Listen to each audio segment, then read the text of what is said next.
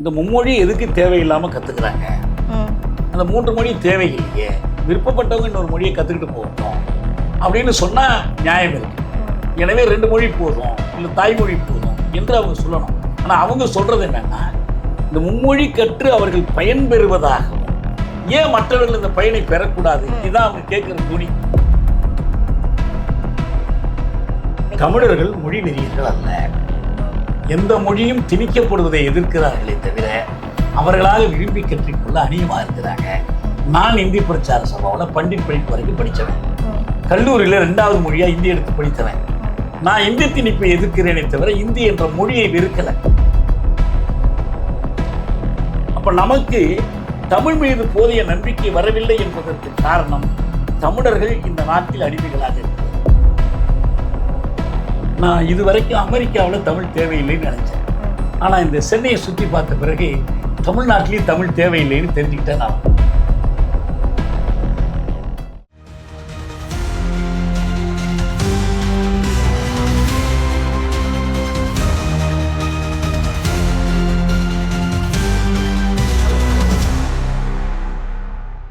செங்கலம் channel நேயர்களுக்கு அன்பு வணக்கம். இன்னைக்கு நம்மளோட சிறப்பு நேர்காணலுக்கு வந்திருக்காங்க தோழர் தியாகு ஐயா. அவங்க கிட்ட இப்ப நடந்துட்டு இருக்க அரசியல் மாற்றங்களை குறித்து பேசலாம். வாங்க. வணக்கம் ஐயா. வணக்கம்மா. நல்லா இருக்கீங்களா? நல்லா இருக்கு ஐயா. இப்ப பாத்தீங்கன்னா மும்மொழி கல்வி கொள்கை என்பது அவசியமா இல்லது இப்ப நடந்துட்டு இருக்க ஆட்சியோடைய ஆதிக்கத்தின் வெளிப்பாடா நீங்க நினைக்கிறீங்களா? இன்னொரு விஷயம் பாத்தீங்கன்னா சமஸ்கிருதத்தை எல்லா இடத்துலயும் கற்பிக்கணும்னு சொல்லிட்டு இருக்காங்க. சமஸ்கிருதம் பாத்தீங்கன்னா பிற மாநிலத்துடைய பிராந்திய மொழியா இல்லைனாலும் சமஸ்கிருதம் கத்துக்கணும்னு சொல்லிட்டு எல்லாருமே கட்டாயப்படுத்துறாங்களே, உங்களுடைய கருத்துக்கள் என்னங்க? மும்மொழி கல்வி கொள்கைங்கிறது எத்தனை மொழிகளை கற்பது என்பது பற்றியதாக புரிந்து கொள்ளப்படுது. ஒரு மொழி ஒருத்தர் கற்றிருந்தா அந்த மொழி வழியாக கொஞ்சம் அறிவு கிடைக்கும். 2 மொழினா இன்னொரு மொழியிலேருந்து கூடுதலாக கிடைக்கும். இப்போ 3 மொழினா இன்னும் கொஞ்சம் கூடுதலாக கிடைக்கும். எனவே 2 மொழிகளை கற்றுக்கொண்டால் போதாது, 3ஆவதாக ஒரு மொழியை கற்றுக்கொள்ளணும் என்ற ஒரு கருத்து பேசப்படுகிறது. அப்போ இன்னொரு கேள்வி எழுது, ஏன் 3 மொழியாக இருக்கணும்? ஏன் 4 மொழியாக இருக்கக்கூடாது? ஏன் 5 மொழியாக இருக்கக்கூடாது? ஏன் 10 மொழியாக இருக்கக்கூடாது? 10 மொழி தெரிந்தவங்களாம் இருக்கிறாங்க. இப்போ மாமல்லபுரத்தில் போய் இந்த வழிகாட்டி இளைஞர்கள் சிறுவர்கள் இருப்பாங்க. அவங்க நிறைய மொழிகள் தெரிஞ்சு வச்சுருக்காங்க. அதனால் அவங்க பெரிய அறிவாளி ஆயிடுறதில்ல. சில அறிஞர்கள் ஒரே ஒரு மொழி தெரிஞ்சு அந்த மொழி புலமை வழியாக சமூகத்திற்கு தொண்டாற்றியவர்கள் இருக்கிறார். ஒரு மொழி தெரிஞ்சவன்லாம் மூடல், 2 மொழி தெரிஞ்சவன் கொஞ்சம் அறிஞர், 3 மொழினா இன்னும் பெரிய, அப்படிலாம் ஒன்றும் கிடையாது. மொழிகள் எண்ணிக்கை என்பதல்ல பிரச்சனை. பிரித்தானியர் ஆட்சி காலத்தில் மெக்காலே கல்வி திட்டம் கொண்டு வரும்போது கல்வி ஆங்கிலத்தில் இருக்கணும், ஆங்கில மொழியில் புலமை பெறணும், இந்த நாட்டினுடைய மொழிகளில் அநேகமாக எதுவுமே இல்லை, எனவே ஆங்கிலம் கற்க கற்க அறிவு பெருகும் என்பது மட்டுமல்ல, ஆங்கிலம் அறிந்தவர்களை மட்டுமல்ல, ஆங்கிலேய பண்பாடு கொண்டவர்களை, ஆங்கிலேயர்களைப் போல் பேசுவது, ஆங்கிலேயர்களைப் போல் பழகுவது, ஆங்கிலேயர்களைப் போல் பண்பு கொண்டிருப்பது, இதையெல்லாம் கற்றுத்தருவது தான் தன்னுடைய கல்வி திட்டத்தின் நோக்கம் என்று மெக்காலே அறிவித்தார். இப்போ இவங்க தேசிய இயக்கம் பிரித்தானியருக்கு எதிராக நடத்தி கொண்டிருந்தவங்களுக்கு அதற்கு மாற்றாக நம்ம ஒரு மொழியை சொல்லணும், நம்ம ஒரு பண்பாட்டை சொல்லணும். அதுக்கு என்ன?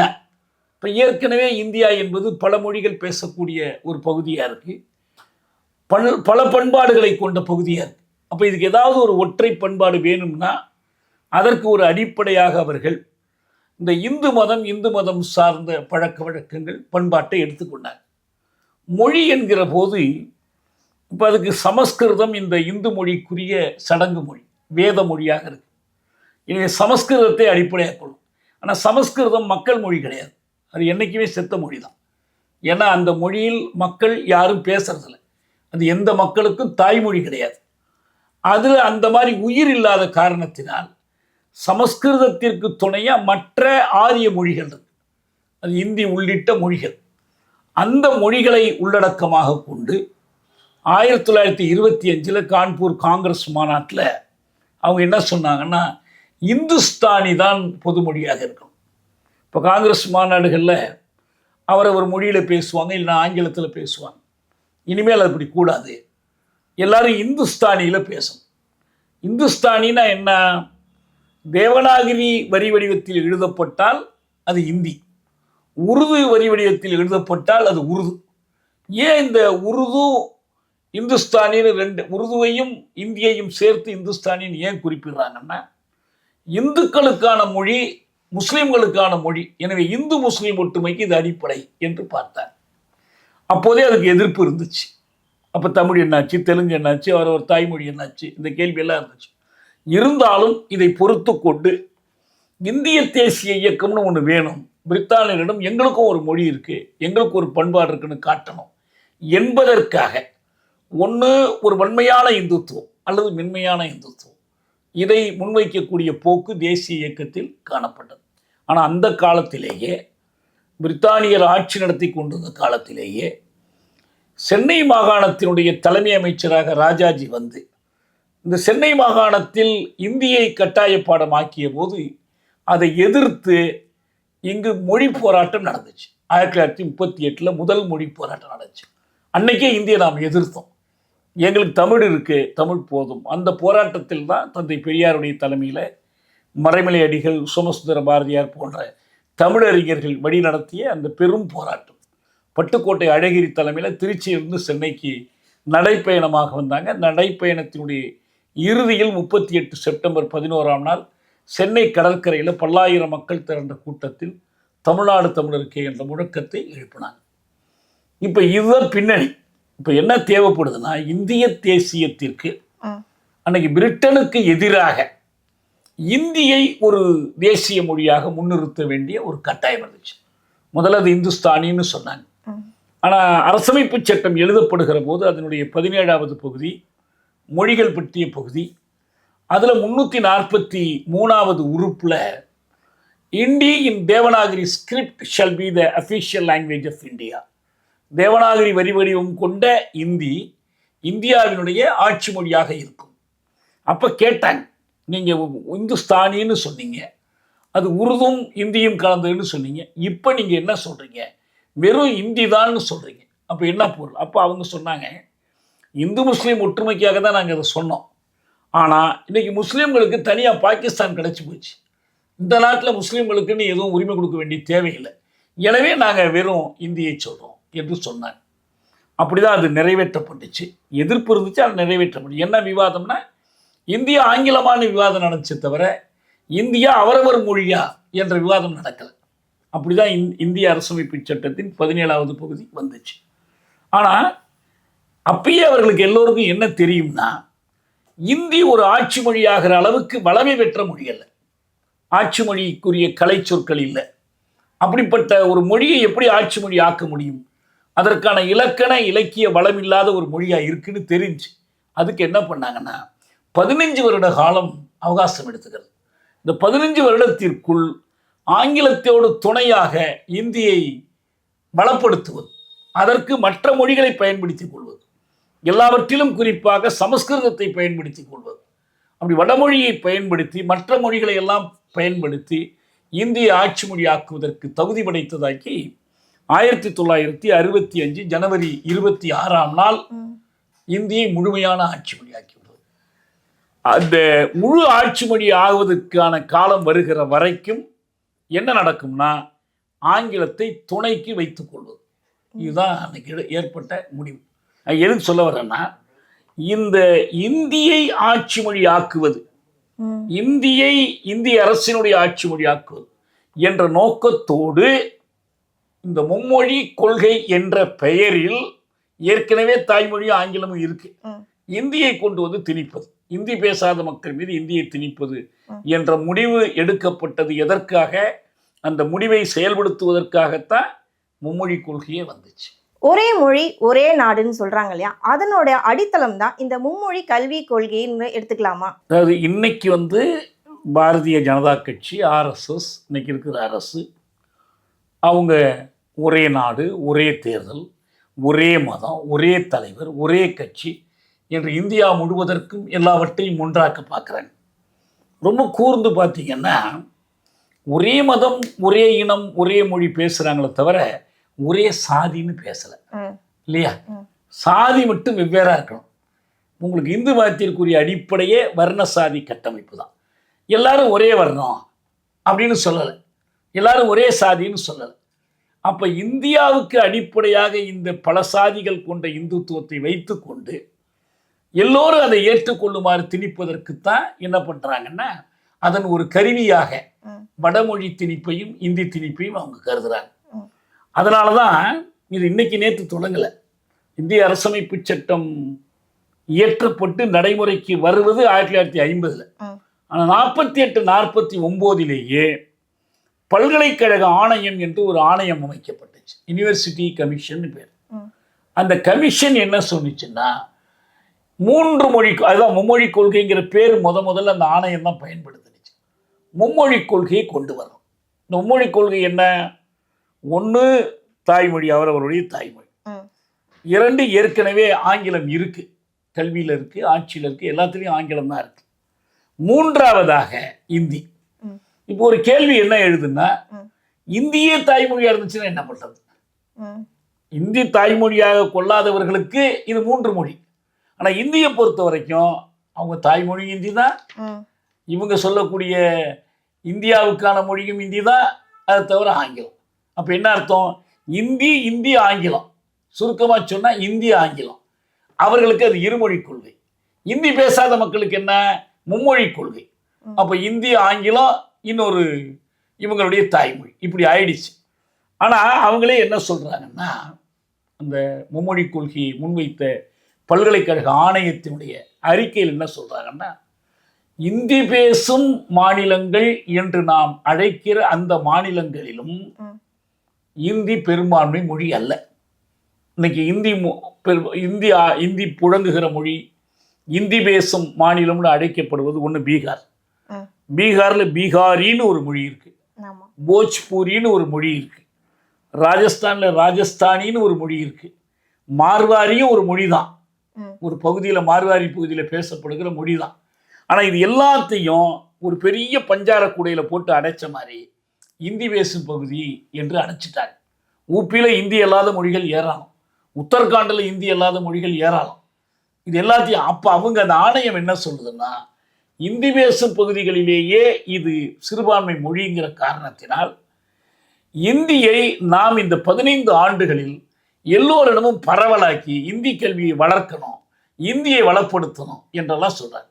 அப்போ இந்த இடத்துல ரொம்ப கூர்மையாக பாருங்க, ஆட்சி மொழியாவதற்கும் இந்தி அந்நியமாக இல்லை, அதுக்குரிய வளம் இல்லை, கல்வி மொழியாக்குவதற்கும் இல்லை. அப்போ என்ன பண்ணணும்? செயற்கையாக வலிந்து திணிக்கணும். இப்போ நான் என்ன கேட்குறேன்னா, மும்மொழியா, இருமொழியா, ஒரு மொழியா, 5 மொழியா, 10 மொழியா என்பது கல்வி கற்கிற மாணவருடைய தேவையை பொறுத்து முடிவு செய்யப்படுவதற்கு பதில் இந்திய தேசியத்தினுடைய தேவையை பொறுத்து முடிவு செய்யப்படுது. பிரித்தானியர் காலத்தில் அயல் ஆட்சியாளர்களுக்கு எதிரான ஒரு அரசியல் தேவை அது. ஆனால் பிரித்தானியர் ஆட்சி ஒழிந்து இந்திய ஆட்சி வந்த பிறகு, நாடு விடுமை பெற்ற பிறகு, சுதந்திரம் பெற்ற பிறகு இது எதுக்கு தேவைப்படுதுன்னா, இந்தி பேசாதவர்களையும் இந்திய தேசியத்திற்குள் இணைப்பதற்காக தேவைப்படுது. இப்போ குறிப்பாக தமிழ்நாடு அன்னைக்கே எதிர்த்து நின்றுச்சுன்னு நம்ம சொல்றோம். அப்போ இது எல்லாத்தையும் ஒன்றா சேர்ப்பதற்கு இப்போ என்ன பண்ணுறாங்கன்னா, மும்மொழி கொள்கைன்னு பேர் கொடுக்குறாங்க. இங்கே கல்விக்கு ஏற்ற மொழியை தேர்ந்தெடுக்கிறார். இப்போ இந்திய அரசமைப்பு சட்டத்தை எடுத்துக்கிட்டு மொழிகள் பற்றிய 17வது பகுதி, அதில் இந்தியை 65 ஜனவரி 26 ஆட்சி மொழியாக்கணும்னு எழுதுகிறாங்க. ஆனால் அதே அரசமைப்பு சட்டத்தில் அதே 17வது பகுதியில் 348வது விதி என்ன சொல்லுதுன்னா, இந்திய உச்ச நீதிமன்றத்திலும் உயர் நீதிமன்றங்களிலும் ஆங்கிலம்தான் நீதிமொழியாக இருக்கும். அப்ப என்ன பார்த்தாங்க, ஏன் அங்கே இந்திய இன்னைக்கோ நாளைக்கோ 15 வருஷம் கழிச்சோ கொண்டு வரணும்னு நினைக்கல. அப்போ அவங்க என்ன நினைக்கிறாங்கன்னா, இந்த நீதிமன்றத்திற்கு, இந்த சட்டங்களுக்கு ஆங்கிலம் பொருத்தம்னு நினைக்கிறாங்க. அப்போ கல்விக்கு அப்படித்தானே யோசிக்கணும். கல்விக்கு எது பொருத்தம்? கல்விக்கு அவரவர் தாய்மொழி பொருத்தம். காந்தியார் சொன்னார், அயலார் ஆட்சியினால் நமக்கு ஏற்பட்ட மிகப்பெரிய தீங்கு தாய்மொழி கல்வியை புறக்கணித்து தான் சொன்னார்ல. அப்போ தாய்மொழி கல்வியை ஏற்றுக்கொள்ளணும் தானே வலியுறுத்தணும். அதை விடுத்து என்ன பண்ணுறாங்கன்னா, இந்த 3 மொழி, ஆங்கிலத்தை பயிற்று மொழியாக வச்சுக்கிறது, ஆங்கிலத்தை கற்றுக்கொள்றது, அதன் இடத்துக்கு இந்தியை கொண்டுட்டு வருவது, தமிழ் சும்மா ஒப்புக்கு தான். இப்போ என்ன பார்க்கணும்னா, இந்த மும்மொழி கொள்கையின் படி அன்றைக்கும் இன்றைக்கும் இந்தி பேசுகிற உத்தரப்பிரதேசத்தில் எத்தனை மொழி கற்றுக்கிறாங்க? உண்மை என்னன்னா இந்தி மட்டும்தான் கற்றுக்கிறாங்க. ஹிந்தி மட்டும்தான் பேசுறாங்க. இரண்டாவது மொழி விருப்பம், ம், ஆங்கிலமே விருப்பம் தான். அவங்களுக்கு சரியா யாருக்குமே ம். படித்த இந்திக்காரர்கள் கூட ம். ஆங்கிலத்தை சரியா உச்சரிக்க மாட்டாங்க. ஆங்கிலத்தை அவங்களுக்கு பேச தெரியாது. உச்சநீதிமன்றத்தில் போய் ஒரு வழக்கு போறதா இருந்தா இந்தியில விண்ணப்பம் கொடுத்தா ஏற்றுக்க மாட்டான், ம். ஆங்கிலத்தில் தான் கொடுத்தாகணும். உயர்நீதிமன்றத்திலையும் அப்படிதான், ஆங்கிலத்தில் தான் கொடுத்தாகணும். அப்போ என்ன பயன் இருக்கிறதுனால அவங்க எந்த மூணாவது மொழி கற்றுக்கொள்றாங்க? அவங்க என்ன பண்ணிட்டாங்கன்னா அந்த மூன்றாவது மொழி என்பது இவங்களுக்கு தான். அப்போ இந்த மூன்றாவது மொழி பயன்படுவதற்காக அல்ல, சுமையாக கற்றுக் கொடுக்கிறது. இப்போ நம்ம தமிழ்நாட்டில் இங்கே தேவையே இல்லாமல் நீங்கள் வந்து எல்லாரும் சமஸ்கிருதம் கற்றுக்கணும்னு சொன்னால் எது கற்றுக்கணும்? எல்லாரும் மணி அடிக்க போகிறாங்களா? எல்லாரையும் கோயிலுக்குள்ளே போய் அர்ச்சனை பண்ண அனுமதிக்க போகிறானா? இதே நேரத்தில் தமிழ்நாட்டில் வரலாற்று மாணவர்கள் சமஸ்கிருதம் கற்றுக்கிட்ட நல்லது. ஏன்னா வேதங்களை ஆராய்ச்சி பண்ணணும், உபனிஷத்துகளை ஆராய்ச்சி பண்ணணும், ஸ்மிருதிகளை ஆராய்ச்சி பண்ணணும், மனுஸ்மிருதியை படிக்கணும். இதெல்லாம் வரலாற்று ஆய்வுக்கு தேவை. ஒரு பொறியாளருக்கு தேவையில்லை, ஒரு மருத்துவருக்கு தேவையில்லை, மற்றவங்களுக்கு தேவையில்லை. ஆனால் இங்கே என்ன பண்ணாங்க, மருத்துவக் கல்லூரிகளில் ஒரு காலத்தில் சமஸ்கிருதத்தை கட்டாயப்படுத்தினாங்க. அப்போ இது வந்து கல்வியின் தேவை கருதி எத்தனை மொழிகளை வேணாலும் படிக்கலாம். கல்வியின் தேவை கருதி தாய்மொழியில் படிக்கலாம், ஆங்கிலம் படிக்கலாம், இன்னொரு மொழி படிக்கலாம். அப்போ எத்தனை மொழிங்கிறதெல்லாம் இங்கே பிரச்சனை, எண்ணிக்கையில் பிரச்சனை. ஆனால் அவர்கள் சொல்லுகிற மும்மொழி கல்வி என்பது உண்மையில் மும்மொழி கொள்கை அல்ல, அது ஒரு மொழி கொள்கை. இந்தி என்ற ஒரு மொழியை அனைவர் மீதும் திணிக்கக்கூடிய கொள்கை. அந்த இந்திக்கு துணைய சமஸ்கிருதத்தை வச்சுக்கிறதுனால அது இருமொழி கொள்கைன்னு சொல்லாம தவிர அது மும்மொழி கொள்கை என்ற பேரே இல்லை. தொடக்கத்திலேருந்து நான் சொன்ன 48, 49 பல்கலைக்கழக ஆணையம், பிறகு மீண்டும் 64, 66ல் ஒரு கல்வி ஆணையம், அவங்க மும்மொழி கொள்கையை வலியுறுத்துறாங்க. மீண்டும் 68ல் நாடாளுமன்றத்தில் கல்விக் கொள்கைன்னு ஒரு தீர்மானம் இயற்றினாங்க, அதில் மும்மொழி கொள்கையை வலியுறுத்துறாங்க. 86ல் ராஜீவ்காந்தி பிரதமராக இருக்கும்போது ஒரு தேசிய கல்விக் கொள்கை கொண்டு வர்றாரு, அதில் மும்மொழி கொள்கையை வலியுறுத்துறாங்க. இப்போ கடைசியாக 2020ல் மோடி ஆட்சியில் வந்திருக்கிற இந்த புதிய தேசிய கல்விக் கொள்கையில் இவங்க மும்மொழி கொள்கைன்னு பேசுகிறாங்க. என்ன வித்தியாசம்னா அவங்கெல்லாம் மும்மொழி கொள்கைன்னா இந்தி ஆங்கிலம் உன்னோட மொழி அப்படின்னு நிறுத்திக்கிட்டாங்க. இவங்க என்ன பண்ணுறாங்கன்னா இந்தி அல்லது வேற ஏதாவது ஒரு மொழிங்கிறாங்க. இது ஏமாற்று. ஏன்னா அரசு இந்தி படித்தவங்களுக்கெல்லாம் ஊக்கம் கொடுக்குது, இந்தி படித்தா பதவி உயர்வு, இந்தியை நாட்டோட பொதுமொழியாக்கணுங்குது, இந்தி தான் தேசிய மொழிங்குது. ஆனால் எந்த மொழி வேணாலும் படிச்சுக்கலாம்னா கற்றுக் கொடுப்பதற்கான வாய்ப்புகள் இருக்கா, வசதி இருக்கா? சென்னையில் அல்லது ஒரு கிராமத்தில் போய் நீங்கள் ஃப்ரெஞ்சு படிக்கிறதுனா ஃப்ரெஞ்சு ஆசிரியர்கள் நம்மகிட்ட இருக்காங்களா? தெலுங்கு ஆசிரியர்கள் இருக்காங்களா? இல்லை. இதுவும் மறைமுகமாக இந்தியை திணிக்கிற ஒரு முயற்சி தான். இந்திய திணிப்பின் காரணமாக தான் காஷ்மீர்ல இருந்து பங்களாதேஷும், அதுக்கப்புறம் ரஷ்யாவில இருந்து உக்ரைன், இப்படி பல உதாரணங்களை நம்ம எடுத்து சொல்லிக்கிட்டே போகலாம். அப்படி பார்க்கும்போது நாளைக்கு இந்தியாவில் இதே நிலைமை தான் வரும்னு நீங்கள் நினைக்கிறீங்களா? மொழி திணிப்பு என்பது தேசிய ஒடுக்குமுறையினுடைய ஒரு கூறு. இப்போ ஜாராட்சி காலத்திய ருஷ்யாவில் ருஷ்ய மொழி அனைவர் மீதும் திணிக்கப்பட்டது. அதை எதிர்த்து தான் தேசிய இன உரிமை, தேசிய விடுதலைக்காக ருஷ்ய புரட்சி வழிவகுத்துச்சு. லெனின் அவரே ருஷ்யராக இருந்தாலும் ருஷ்ய மொழி திணிப்பை எதிர்த்தார். 17 மொழிகளையும் ஆட்சி மொழிகளாக்கினார், 17 மொழிகளையும் கல்வி மொழியாக்கினார். அனைவரும் அவரவர் மொழியிலேயே அரசோடு தொடர்பு கொள்வதும் அரசிடமிருந்து விடைபெறுவதற்குமான உரிமையை ஏற்றுக்கொண்டார். இதை மாற்றி பிற்காலத்தில் ஒற்றை மொழியாக ருஷ்ய மொழியை திணிக்க முற்பட்ட போதுதான் அந்த நாடு உடைந்து சிதறியது. இலங்கையில் 2 மொழிகள் தான், சிங்களம், தமிழ். அந்த காலத்தில் சிங்கள தலைவர்களே பேசினாங்க. சாலமன் பண்டாரநாயக்கா சொன்னார், கொல்வின் டி சில்வா சொன்னார், 2 மொழிகள் என்பதை ஒப்புக்கொண்டால் நாம் ஒரு நாடாக இருக்கலாம், ஒரு மொழிதான் என்றால் நாம் 2 நாடாக பிரிந்து விடுவோம். 2 languages 1 nation, 1 language 2 nations, இது அவங்கெல்லாம் கொடுத்த முழக்கம். ஆனால் இதையெல்லாம் மீறி தான் அவங்க என்ன பண்ணாங்க, சிங்கள ஆதிக்கத்தை நிறுவினாங்க. நீங்கள் சுட்டி காட்டின மாதிரி வங்கதேசத்தில் உருது மொழியை திணிக்க முற்பட்டாங்க, நம்ம மதம் சார்ந்த மொழின்னு சொல்லிட்டு. ஆனால் வங்காளிகள் சொன்னாங்க இஸ்லாம் எங்களுடைய இனிய மார்க்கம், ஆனால் வங்காளம் தான் எங்களுடைய தாய்மொழி. இப்போ தாய்மொழிகள்னாலே யாரை நினைத்து நாம் கொண்டாடுறோம்னா, வங்காளத்தில் டாக்கா நகரத்தில் வங்க மொழிக்காக போராடிய மாணவர்கள் மீது நடத்தப்பட்ட துப்பாக்கி சூடு, அதில் 4 கொல்லப்பட்ட நிகழ்ச்சி, அதை பிற்காலத்தில் நினைவு கூர்ந்துதான் தாய்மொழி நாளே இன்னைக்கு பன்னாட்டு அளவிலான ஒரு தாய்மொழி நாளே நம்ம கொண்டாடுகிற அளவுக்கு வங்காளுடைய மொழிப்பற்று முக்கியமானது. அது மட்டுமல்ல, 65ஆம் ஆண்டு தமிழ்நாட்டில் இந்தி திணிப்புக்கு எதிரான மொழி போராட்டம் நடந்தபோது நம்மோடு சேர்ந்து போராடிய ஒரு தேசிய இனம் வங்க தேசிய மக்கள். வங்க மக்கள் தான் நம்மோட போராடினாங்க. இப்போ நிறைய உதாரணங்கள் இன்னைக்கு இருக்கு. ஆனால் ஆதிக்க சக்திகள் வரலாற்றிலிருந்து பாடம் கற்றுக்கொள்வதில்லை. அவங்க மீண்டும் மீண்டும் அவங்களுடைய ஒடுக்குமுறையை திணிப்பை கையாளத்தான் முற்படுறாங்க. அதனுடைய ஒரு விளைவு தான் இவங்க எந்த பாடத்தையும் கற்றுக்கல. காங்கிரஸ்காரன் சரியா திணிக்காம விட்டுட்டான், நம்ம சரியா திணிச்சிடலான்னு அமித்ஷா நினைக்கிறார். சிதம்பரம் அறிக்கை கொடுக்கும்போது மும்மொழி கொள்கையை தான் வலியுறுத்தினார். ஆனா இவர் என்ன பண்றாரு, இந்த இப்ப கடைசியா கொடுத்த ஆட்சி மொழி ஆய்வுக்குழுவினுடைய அறிக்கையில் அமித்ஷா என்ன சொல்றாருன்னா, இந்தியை இந்தியாவின் பொது மொழியாக்க வேண்டும். அரசமைப்பு சட்டத்துல இந்தி இந்தியாவின் தேசிய மொழி கூட அல்ல, அது அலுவலகத்தில் பயன்படுத்துகிற மொழி, நாடாளுமன்றத்தில் பேசுகிற மொழி, அவ்வளவுதான் ஆட்சி மொழிங்கிறது. அது எப்படி நடந்திருக்குது, முன்னேற்றம் இருக்குதான்னு ஆராய சொன்னா இவர் என்ன சொல்றாருன்னா, எல்லா கல்வி கூடங்கள்லையும் இந்தியை பயிற்று மொழியாக்கணும், கல்வி மொழியாக்கணும். இப்படியெல்லாம் செய்தால்தான், அந்த அறிக்கையினுடைய கடைசி வாசகம், இப்படியெல்லாம் செய்தால்தான் இந்தியை இந்தியாவின் பொது மொழி ஆக்க முடியும். இவ்வளவுக்கு அவர் தாய்மொழி குஜராத்தி. அப்ப இந்தி திணிப்பு அந்த அளவுக்கு அவங்கள்ட்ட வேகமா இருக்கு. அவங்களுடைய இந்து இந்தி இந்தியா என்பதுதான் RSS கொள்கை. ஒரே மதம் இந்து, ஒரே மொழி இந்தி. அந்த அடிப்படையில் ஒரே நாடா இந்தியாவை ஆக்கணும்னு நினைக்கிறாங்க. நீங்க சொல்ற மாதிரி எல்லாருக்கும் உரிமை கொடுத்து, சமத்துவம் கொடுத்து, பிரிந்து போகும் உரிமையோடு சுயநிர்ணய உரிமை கொடுத்து, அப்படிப்பட்ட ஒற்றுமையில அவங்களுக்கு நம்பிக்கை கிடையாது. அந்த திணிப்பு தான். அதனால நீங்க சொல்ற வரலாற்று படிப்பிலே அவங்க கற்கவில்லை.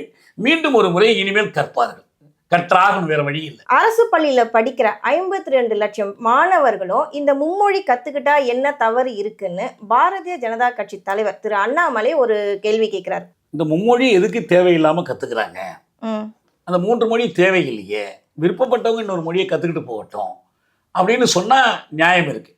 எனவே 2 மொழி போதும், இல்லை தாய்மொழி போதும் என்று அவங்க சொல்லணும். ஆனா அவங்க சொல்றது என்னன்னா, இந்த மும்மொழி கற்று அவர்கள் பயன்பெறுவதாகவும், ஏன் மற்றவர்கள் இந்த பயனை பெறக்கூடாது, இதுதான் அவங்க கேட்கிற துணி. என்னுடைய கேள்வி என்னன்னா, ஏன் அவங்க மும்மொழி மட்டும் கற்கணும், ஏன் 5 மொழிகள் கற்கக்கூடாது? இப்போ 3 மொழியினால பயன் பெற்றால் 5 மொழியினால பயன் இருக்காதா? நீங்க உலக அளவில் பார்த்தீங்கன்னா, ஆங்கிலத்துக்கு அடுத்த இடத்துல ஸ்பானிய மொழி இருக்குது, பிரெஞ்சு மொழி இருக்குது, ஜெர்மானிய மொழி இருக்கு. இதெல்லாம் கூட கத்துக்கலாமே. இப்போ இந்திய மொழிகள்னு எடுத்தீங்கன்னு பார்த்தீங்கன்னா, இந்தியாவில் பரவலாக பேசப்படுகிற மொழி இந்தி அல்ல, தெலுங்கு. எல்லா பகுதிகளையும் தெலுங்கு பேசுறவங்க இருக்காங்க, ஏதோ காரணத்துல இருக்காங்க. ஏன் அப்ப தெலுங்கையும் கூடுதலாக கற்றுக் கொடுக்க கூடாது? ஏன் ஒன்றுக்கு பதிலாக இன்னொன்று கத்துக்கணும்? அதனால இது தப்பு. மும்மொழி என்பது அந்த மாணவர்களுக்கு சுமை, தேவையில்லாத சுமை. நான் என்ன சொல்றேன்னா, ஒருவர் எடுத்துக்கொள்ளுகிற பாடத்தை பொறுத்து, அவர் எதிர்காலத்தில் என்னவாக விரும்புகிறார் என்பதை என்ற திட்டத்தை பொறுத்து இந்த மொழிகளின் எண்ணிக்கை மாறுபடும். நான் சொல்றேன், ஒருத்தர் தமிழ் இலக்கிய ஆராய்ச்சி செய்து தமிழ் இலக்கியத்தில் விற்பனராக விரும்புகிறார், அவருக்கு ஒரு மொழி போதுமே, ஏன் 2வது மொழி அவருக்கு? ஏன் எந்த மொழியில் இருக்கிற செய்தியையும் மொழிபெயர்த்து கொள்வதற்கான வசதி இன்னைக்கு இருக்கு. நீங்க கணினி மூலமே மொழிபெயர்த்து கொள்ளலாம், செயற்கை நுண்ணறிவு மூலமா மொழிபெயர்த்து கொள்ளலாம், ஒருத்தரை உதவிக்கு வைத்து மொழிபெயர்த்து கொள்ளலாம். மிகப்பெரிய அறிவியல் வல்லுநர் ஐன்ஸ்டீன், ஆல்பர்ட் ஐன்ஸ்டீனுக்கு அவருடைய அந்த வானியல் பாடம் இயற்பியலில் இருந்த அளவுக்கு புலமை கணித பாடத்தில் இல்லை. அவர் என்ன பண்ணார், ஆனால் கணிதம் இல்லாமல் இந்த வானியல் கற்க முடியாது, அதை பற்றி பெருசா பேச முடியாது. எனவே உதவிக்கு ஒரு கணித ஆசிரியரை தன்னோட வச்சுக்கிட்டார். அவ்வளவு பெரிய அறிவியல் வல்லுநருக்கு ஒரு பாடம் தெரியலன்னா, அது பாடத்தில் போதிய தேர்ச்சி இன்னொருத்தரை வச்சுக்கிட்டார். அது மாதிரி இந்த தமிழ் புலவர் தனக்கு சமஸ்கிருதத்திலேருந்து சிலவற்றை தெரிஞ்சுக்கணும், தொல்காப்பியத்தையும் பாரதிய இலக்கியத்தையும் ஒப்பிடணும்னா சமஸ்கிருதம் தெரிஞ்ச ஒருத்தருடைய உதவியை வைத்துக் கொள்ளலாம், அல்லது தனக்கு இந்தி தெரிஞ்ச ஒருத்தருடைய உதவி தேவையான பெற்றுக்கொள்ளலாம். அதுக்காக இந்த தமிழ் அறிஞர், தமிழ் புலவர் எல்லா மொழிகளையும் கற்றுக்கொண்டுதான் செய்யணும்னு அவசியம் இல்லை. அப்படி வாய்ப்பு பெற்றவர்கள் கற்றுக்கிட்டு இருக்கிறாங்க. அதே போல வரலாற்று மாணவர்கள், வரலாற்று ஆசிரியர்கள் வடமொழி கற்பது நல்லது. அது வேதம் மற்றது.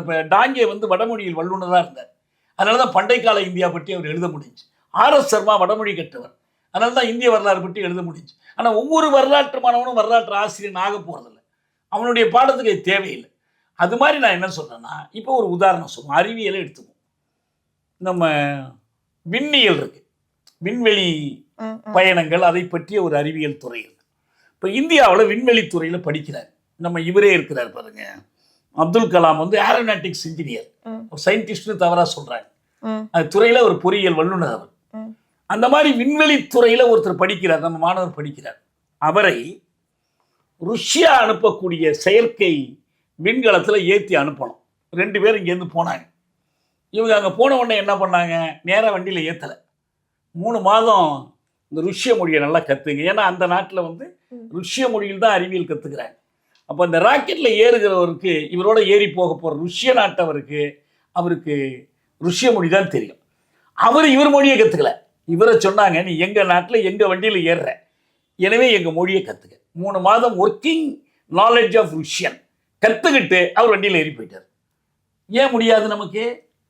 இப்போ ருஷ்ய நாட்டில் வந்து பேட்ரிஸ் லூமோவா பல்கலைக்கழகத்தில் போய் நீங்கள் மருத்துவம் படிச்சுட்டு வர்றார் ஒரு மாணவர். இங்கே வந்து மருத்துவ தொழில் செய்கிறாரா இல்லையா? எப்படி செய்கிறார் அவர்? சீனாவில் போய் அக்குபஞ்சர் கற்றுக்கிட்டு வர்றார். அவர் இங்கே வந்து தொழில் செய்கிறாரா இல்லையா? அவர் ஆங்கிலத்துக்கோ தன் தாய்மொழிக்கோ அந்த அறிவை மாற்றிக்கொள்வது ஒரு பெரிய காரியமே இல்லை. அதனால வேண்டி தேவைக்கு அதிகமான மொழிகளை எல்லாரும் கற்பது. சராசரியாக ஒரு மாணவர் எந்த கல்வி கற்றாலும் அவருடைய தாய்மொழியும் கூடுதலாக ஒரு அயல் மொழியும் கற்றுக்கொள்வதுதான் உலக நடைமுறை. ஆனால் இந்த 3வது மொழி என்பது சுமை. இப்போ ரங்கராஜ் பாண்டேயும் அண்ணாமலையும் மாணவர்கள் மீது சுமை ஏற்ற விரும்புகிறார்கள். தனியார் பள்ளி மாணவர்கள் மீது இருக்கிற சுமையை அரசும் ஏற்ற வேண்டும் என்று சொல்றாங்க. எனவே அதை நாம் நிராகரிக்கிறோம். பார்க்க போனால் மாநில அரசு பாடத்திட்டத்தின் கீழ் இருக்கிற தனியார் பள்ளிகளில் 3வது மொழியை அரசு அனுமதிக்க கூடாது. அது மாநில அரசுடைய குற்றம். அந்த குற்றத்தை இவங்க பயன்படுத்தி கொண்டு தங்கள் மொழி கொள்கையை திணிக்க பார்க்கிறாங்க. நடப்பு ஆண்டுல பாத்தீங்கன்னா இந்தி பிரசார சபா அவங்க இருக்காங்களே, அவங்க வந்து இந்தி தேர்தல்னு வந்து நடத்திட்டு இருக்காங்க. அதாவது இப்போ இருக்க தென்னிந்தியா பார்த்தீங்கன்னா தமிழ்நாடு, கேரளா, ஆந்திரா, கர்நாடகா, இப்படி தென்னிந்தியாவில் இருக்க எல்லா மாவட்டத்திலையும் சேர்ந்து மக்கள் என்ன பண்ணுறாங்கன்னா இந்தி தேர்வை எழுதிட்டு இருக்காங்க. அதில் பார்த்தீங்கன்னா 4,73,650 பேர் வந்து இந்தி தேர்வு எழுதியிருக்காங்க. இதில் தமிழகத்தில் மட்டும் பார்த்தீங்கன்னா 3,54,650 பேர் கலந்துகிட்டு இருக்காங்கன்னு ஒரு அறிக்கை ஒன்று. தமிழர்கள் மொழி வெறியர்கள் அல்ல. எந்த மொழியும் திணிக்கப்படுவதை எதிர்க்கிறார்களே தவிர அவர்களாக விரும்பி கற்றுக்கொள்ள அநேகமாக இருக்கிறாங்க. நான் இந்தி பிரச்சார சபாவில் பண்டிட் படிப்பு வரைக்கும் படித்தவன். கல்லூரியில் 2வது மொழியாக இந்தி எடுத்து படித்தவன். நான் இந்தி திணிப்பை எதிர்க்கிறேனே தவிர இந்தி என்ற மொழியை வெறுக்கலை, அதை எதிர்க்கலை. இந்தியை கொண்டு எனக்கு பெறக்கூடியது எது இருக்குமானால் நான் இந்தியை படிக்க தயாராக இருக்கேன். இப்போ எனக்கு தேவைப்படலை, நான் மறந்துட்டேன். ஆனால் படிக்கிறது தாராளமாக படிக்கட்டும். இந்திய எதிர்ப்பு போராட்டம் நடக்கிற காலத்தில் கூட இந்தி பிரச்சார சபாவுக்கு எதிராக ஒரு கல் வீசப்பட்டதில்லை, அந்த பெயர் பலகை அழித்ததில்லை. அதனால வேண்டி இதில் வந்து நமக்கு நல்ல பண்பு இருக்குங்கிறதுக்கு ஆதாரம் நம்ம இது பள்ளிகளில் எல்லோருக்குமான. ஏன்னா இந்தி பிரச்சார சபாவில் யாரையும் கட்டாயப்படுத்தி நம்ம கொண்டு போய் சேர்க்கலை. அன்னைக்கு பிரித்தானிய ஆட்சி காலத்தில் இந்தி படிப்பது என்பது இந்திய தேசியத்தினுடைய தேசப்பற்றினுடைய அடையாளமாக கருதப்பட்டது.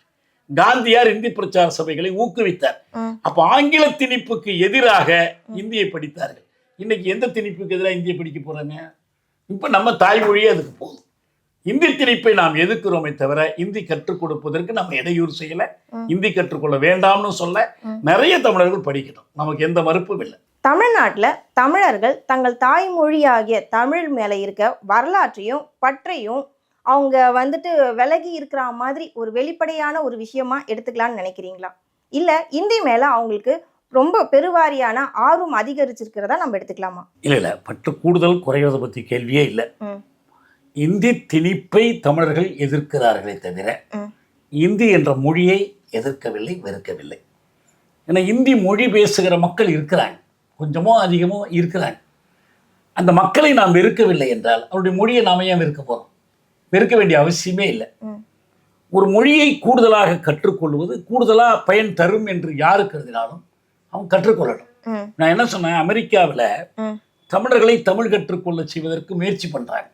அதுக்கு ஆசை காட்டுறது, பரிசு கொடுக்கறது, திருக்குறள் சொன்னால் செயின் வாங்கி கொடுக்கறது எல்லாம் பண்ணுறாங்க. ஆனால் அவங்க அதிகமாக ஆர்வம் காட்டலை. ஒரு தந்தை அவருடைய மகளை சென்னைக்கு அழைத்து வந்து, அங்கேயே பிறந்தவன் தமிழ் பெண், இங்கே வந்து சென்னை முழுவதையும் வண்டியில் சுற்றி காட்டி, பாத்தியா எங்கள் தமிழ்நாட்டில் எப்படி இருக்குது பார்த்தியா தமிழ்னு. அப்போ அந்த பெண் சொன்னாலாம், நான் இது வரைக்கும் அமெரிக்காவில் தமிழ் தேவையில்லைன்னு நினச்சேன், ஆனால் இந்த சென்னையை சுற்றி பார்த்த பிறகு தமிழ்நாட்டிலையும் தமிழ் தேவையில்லைன்னு தெரிஞ்சுக்கிட்டேன் நான். ஏன், அவள் பார்த்த பெயர் பலகைகள்லாம் ஆங்கிலத்தில் இருக்குது. எல்லோரும் இவள்கிட்ட வந்து ஆங்கிலத்தில் பேசுகிறாங்க. இவள் ஆங்கிலத்தில் பேசுனா ஆங்கிலத்தில் விடை கிடைக்குது. அப்போ அந்த எண்ணம் தான் அவளுக்கு வரும். இப்போ தமிழ்நாட்டில் தமிழ் ஆளவில்லை, தமிழ் வாழவில்லை என்றால் நீங்கள் வந்து தமிழை மட்டும் தனியாக மொழியாக ஆள வைக்க முடியாது. தமிழர்கள் அடிமைப்பட்டிருக்கும் போது, தமிழர்கள் ஒடுக்கப்பட்டிருக்கிற போது, தமிழ்நாடு ஒடுக்கப்பட்டிருக்கிற போது தமிழை எப்படி வாழ வைக்க முடியும்? தமிழ் வாழ்க என்பது மெய்யாக வேண்டும் என்றால் தமிழ் ஆள்க என்ற முழக்கம் எழுப்ப வேண்டும். தமிழ் ஆளும் நிலைக்கு வரும்போது தான் அது வாழும் நிலைக்கு வரும். இதுக்கு ஒரு உதாரணம் அவங்களே எனக்கு சொன்னாங்க. என்ன சொன்னாங்கன்னா, வங்கதேசம் பிரிவதற்கு முன்பு இங்கே இருக்கிற வங்காளிகள் அவங்க குழந்தைகளுக்கு வங்காள மொழி கற்றுத்தருவதில் ஆர்வம் காட்டல. ஆனால் வங்காளம் விடுதலை பெற்ற பிறகு வங்காளி மொழிக்கு ஒரு பயன் வந்துருச்சு அவங்களுக்கு. அவங்க உருதை கொண்டு வங்காளத்தில் போய் புழங்க முடியாது. எனவே எல்லோரும் இப்போ வங்காளம் கற்க தொடங்கி விட்டார்கள் என்றார். அப்போ நமக்கு தமிழ் மீது போதிய நம்பிக்கை வரவில்லை என்பதற்கு காரணம் தமிழர்கள் இந்த நாட்டில் அடிமைகளாக இருப்பதுதான். அந்த அடிமை நிலை மாறுமானால், தமிழர்களுக்குரிய உரிமை கிடைக்குமானால், தமிழர்கள் தமிழ் மீது பற்று கொள்வார்கள், தமிழை கற்பார்கள். அதனால் இந்தியை கற்பதால் அவங்க இந்தி மேலே பற்று கொண்டுட்டாங்கிற அர்த்தம்லாம் இல்லை. அது மொழி அவங்களுக்கு ஒரு கருவி, அவங்களுடைய அறிவை விரிவுபடுத்தி கொள்வதற்கான கருவி. அவங்கள்ட்ட ஒரு மயக்கம் ஏற்படுத்தப்படுது. இந்தி கற்றால் இந்தியாவில் வேலை கிடைக்கும், இந்தி கற்றால் இந்திய அரசாங்கத்துக்கு பதவி உயர்வு கேட்கலாம், இதெல்லாம் நினைக்கிறேன். இந்த நிலை மாறுமானால் இந்த எண்ணிக்கையும் குறையும். நான் அதை பற்றி பெருசாக கவலைப்படலை. இந்தி கற்றுக்கிட்டோம். அரசு தன் செலவில் ஊக்கப்படுத்தி ஒரு வங்கியில், இப்போ நம்ம சம்மந்தமே இல்லாத ஒரு ஊர் திருமுதுகுன்றத்தில் ஒரு வங்கி, அந்த வங்கியில் தேசியமயமாக்கப்பட்ட வங்கியில் ஒரு வெள்ளை பலகையில் அழகாக எழுதி போடுறாங்க, தினம் ஒரு இந்தி சொல் கற்போம். போடுறாங்களா இல்லையா? ஊப்பியில் இருக்கிற ஒரு நகரத்தில் தினம் ஒரு தமிழ் சொல் கற்போங்கிறாங்களா? இல்லை. அப்போ இப்படி இந்தியை அரசு மெனக்கெட்டு ஊக்கப்படுத்தி பரிசளித்து கொண்டு இந்தி தெரியாதவர்களை தண்டித்து கொண்டு இருப்பதால் இந்த இந்தி பட்டு வளர்கிறது. இயல்பாக வரல. அது மாறினால் இதுவும் மாறிடும். அந்த ஒடுக்குமுறை மாறினால் இது மாறிடும். தமிழர்களுடைய வரலாற்றை இந்திய ஆரிய வரலாறாக மாற்ற முற்படும் மத்திய அரசுக்கும் தமிழர்களுடைய வரலாற்றை திராவிட வரலாற்றாக மாற்ற முற்படும் மாநில அரசுக்கும் உள்ள வேறுபாடாக நீங்க எதை பார்க்குறீங்க ஐயா? ரெண்டும் மிகப்பெரிய வேறுபாடு. ஏன்னு சொன்னா, இந்திய ஆரிய இந்திய வரலாறு என்பது நம் மீதான ஆதிக்கத்தின் வரலாறு, நம்முடைய வரலாற்றை புறக்கணிக்கிற வரலாறு, ஆரிய மையப்பட்ட வரலாறு. இப்போ உலக அளவில் சொல்லுவாங்க யூரோப் சென்ட்ரிக் ஹிஸ்ட்ரிம்பாங்க. ஐரோப்பாவை மையமாக வச்சு எல்லாத்தையும் யோசிப்போம். அமெரிக்கா ஏண்டா புதிய உலகம்னா, ஐரோப்பா பழைய உலகம், எனவே தான் அது புதிய உலகம். ஆனால் இதுவும் என்னைக்கு இருக்குது, அதுவும் என்னைக்கு இருக்குது. அப்போ ஏன் இது பழசு, அது எப்படி புதுசாகுது? இந்த யூரோ சென்ட்ரிக் மென்டாலிட்டி தான். நாகரிகங்கள், சீன நாகரிகம், சுமேரிய நாகரிகம், தமிழ் நாகரிகம், சிந்துவெளி நாகரிகம் இவ்வளவு இருந்தாலும் ஐரோப்பியர்கள் ஏன் அந்த நாடுகளுக்கெல்லாம் போனாங்கன்னா, இவங்க நாகரிகத்தை கற்றுக் கொடுக்க போனாங்கன்னு சொல்லுவோம். இப்போ நாகரிகம் என்றாலே ஐரோப்பிய நாகரிகம் தான், அறிவு என்றால் ஐரோப்பிய அறிவு தான், அறிவியல் என்றாலே ஐரோப்பிய. இதை போல ஆரிய வரலாறு என்ன பண்ணுதுன்னா, வரலாறுன்னா சரஸ்வதி வரலாறு, அது கற்பனைகளையும் சேர்த்துக்கிறாங்க. ஆரிய நாகரிகம் தான் இங்கே நாகரிகம், இது ஐரோப்பிய மையப்பட்ட வரலாறு. ஆனால் திராவிட வரலாறு அப்படி அல்ல, இது ஆரியத்துக்கு எதிரான வரலாறு, தமிழ் வரலாற்றை சொல்லுகிற இன்னொரு வடிவம், அவ்வளவுதான். திராவிட வரலாறு தமிழ் வரலாற்றுக்கு பகையானது அல்ல, தமிழ் வரலாற்றினுடைய ஒரு படிமலர்ச்சி தான் திராவிட வரலாறு என்பது. ஏன்னா தமிழ்நாட்டில் நல்ல தமிழ் பேசுவதற்கு, நல்ல தமிழ் உச்சரிப்பதற்கு, நல்ல தமிழ் கலைகள் வளருவதற்கு திராவிட இயக்கம் தான் பங்காற்றியது. தனித்தமிழ் இயக்கம் ஒரு பக்கம் இருக்கு, எல்லைக்கான இயக்கம் ஒரு பக்கம் இருக்கு. ஆனால் எல்லா இயக்கங்களை காட்டிலும் தமிழை மக்களிடையே கொண்டு போய் பரவலாக்கியது, ஆரியத்துக்கு பதிலடி கொடுத்தது, இது எல்லாமே எதுன்னா திராவிட இயக்க வரலாறு தான்.